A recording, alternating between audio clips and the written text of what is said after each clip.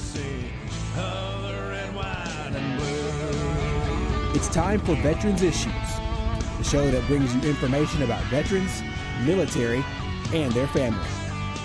Now here's your host, Ken Rollins. Welcome to Veterans Issues, Ken Rollins, and today's guest is B.J. Franklin. He's a captain, retired U.S. Marine Corps. We've got to talk to him about his service, spotlight about it, and we'll be right back. Get your pen. Welcome back to Veterans Issues. Today we're talking with B.J. Franklin. He's a captain, retired from the United States Marine Corps. And he got so many things he's doing. I won't go into all of them. We'll just run it by him as we go along and visit with him. Welcome to the show, B.J. Thank you, Ken. Appreciate having me. Met you a few years ago, and I think you was with a fellow named Colonel Denny. Y'all were doing something. Joel Denny, as a matter of fact, amazingly enough, tomorrow he'll be interred in Arlington National Cemetery. How about that? Yeah, I'd love to be there. He was quite a man. Colonel Joel Denny was a former commander of the Anniston Army Depot, and I guess he'd be like a brother or cousin to me. I served under him, and we were close friends afterwards. So it was a great loss. He was what everybody ought to do. He wanted Absolutely. He did not want to sit down. He wanted to do something. He was down at that veterans home. He was whatever he could do to help people.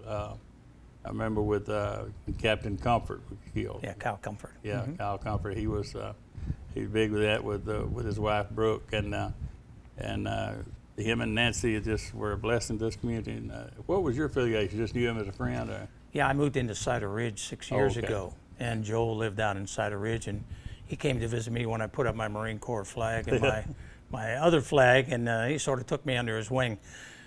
Ken, I have to say, there's a lot of good men in this world. Yeah. There's few of Joel Denny's character. I can't say that I've ever Few met one. of Yeah. Joel Denny's character. He was a man among men. His whole life was dedicated to what can I do for you, Yes, not absolutely. what can you do for me. And he also was a no BS. No BS guy. Yeah, he was. Absolutely. He didn't have time for it. He just he'd smile and go on with you know, but he had got on to the next thing he was working on with a honor flight or whatever it was. Absolutely. And I just He was constantly saying, "Be ready in 10 minutes." and I never.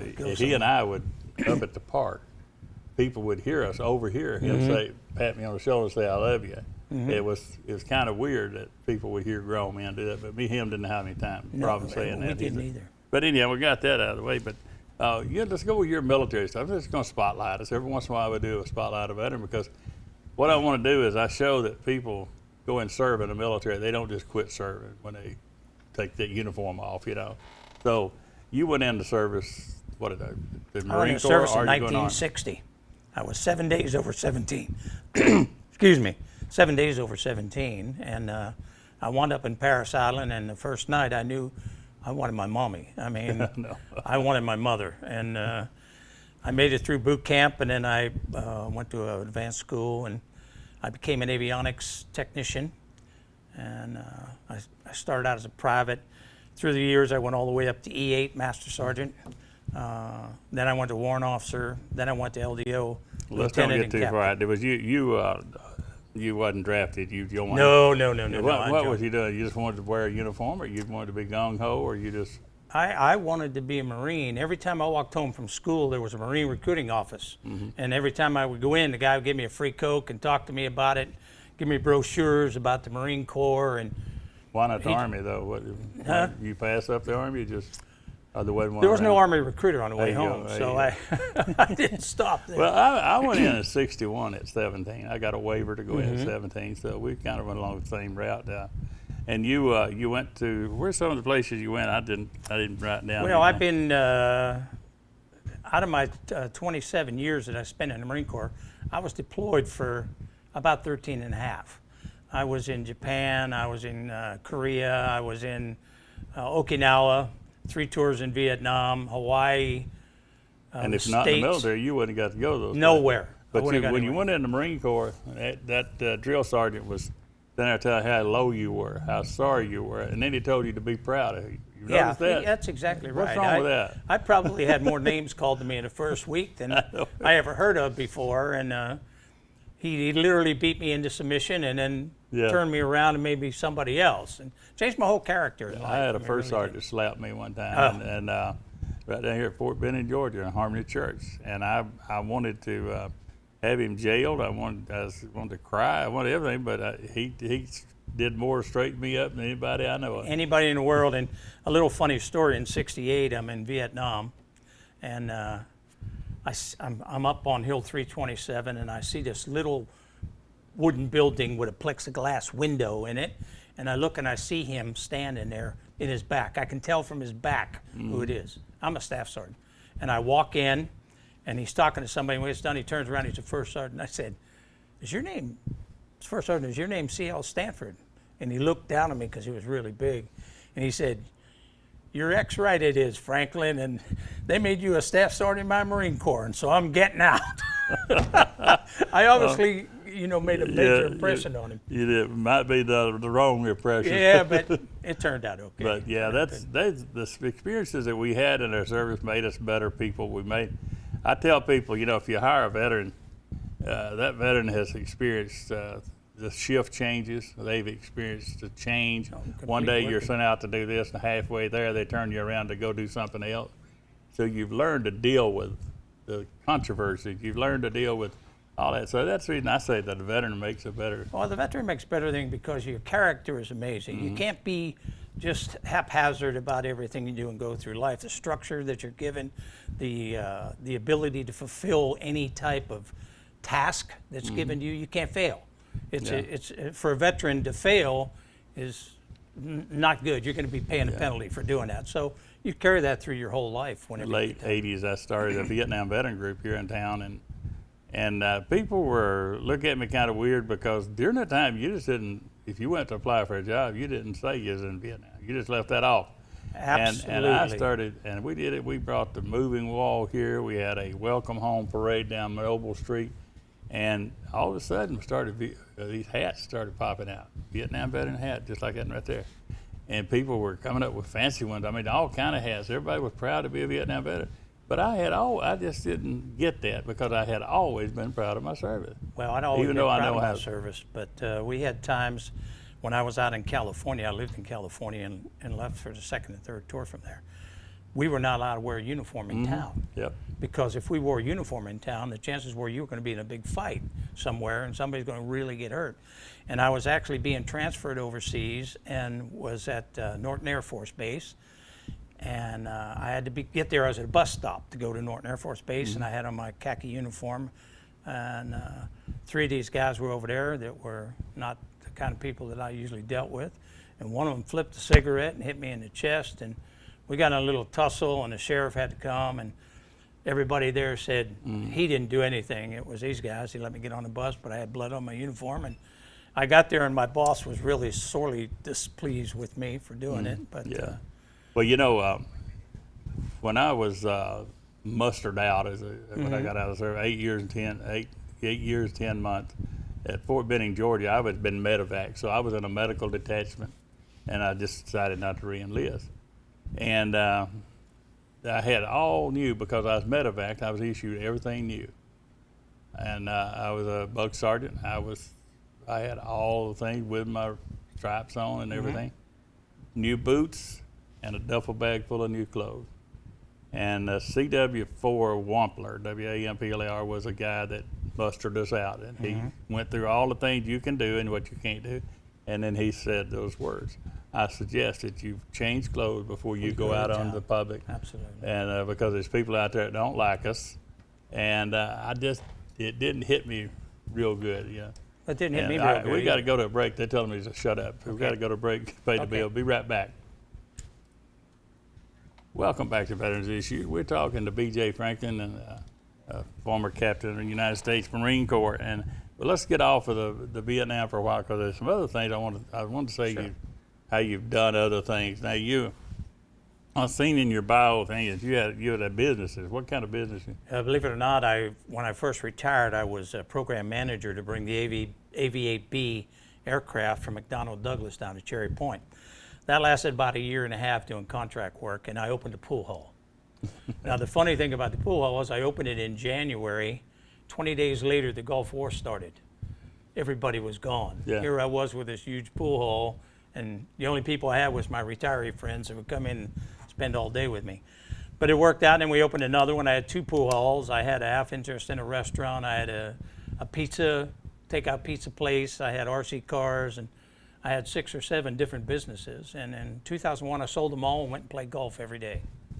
How did you end up at Cider Ridge? For you folks out there, Cider Ridge is a huge golf course here in the Calhoun County area, out in Oxford. A few years ago, my wife, who has asthma, we lived in Savannah, Georgia, and my wife, who has asthma, was constantly having to go to the hospital, twice in an ambulance. And so she gave me for Christmas a 5 thing on the Robert Trent Jones Golf Trail. And the first place we came to was Silver Lakes. Well, we came up early in the evening, and I looked around and I liked the area, and I thought that they actually had a fort here, Fort McClellan. I didn't know that they had gone. And so I told her, I called her on the phone and said, see if you can find someplace around here with a good golf course that I can own my own cart, because I don't want to drive anywhere to some other golf course and play. Well, she found this place, Cider Ridge. We came up and looked at it, spent a week up here, and went back down, put our house up for sale. It sold in 5 weeks, and we bought a house out on Cider Ridge, and we've been there since. And you found out Fort McClellan moved out. Yeah. No PX, no medical, you know what I mean? Yeah, that's what that built was kind of, the brack kills everything. This place was so dependent. Absolutely. On it, and it took I seen one down in South Alabama that's similar to this, and it just drains the whole community. They just turned into nothing but slums down there. But the thing that people didn't realize how much they depended on Fort McClellan until it was gone. Well, they probably put $400 million a year. Vehicles and homes and rent and the houses. I mean, it was just the food, everything was off the backs of the military. And what was sad about it is we had just built some new MP facilities here. They went out there and built the same identical thing. That's amazing. I had an electrician tell me that he had just put $3 million into a facility that was never going to be occupied, and it is not occupied to this day. We know that's a power thing. The strongest senator gets to get what he wants, and the weakest senator doesn't get to get what he wants. Yeah. That's pretty much what it really comes down to. Well, and Shelby had just switched over. He wasn't really big in the GOP at that time. Yeah. He had just switched over from.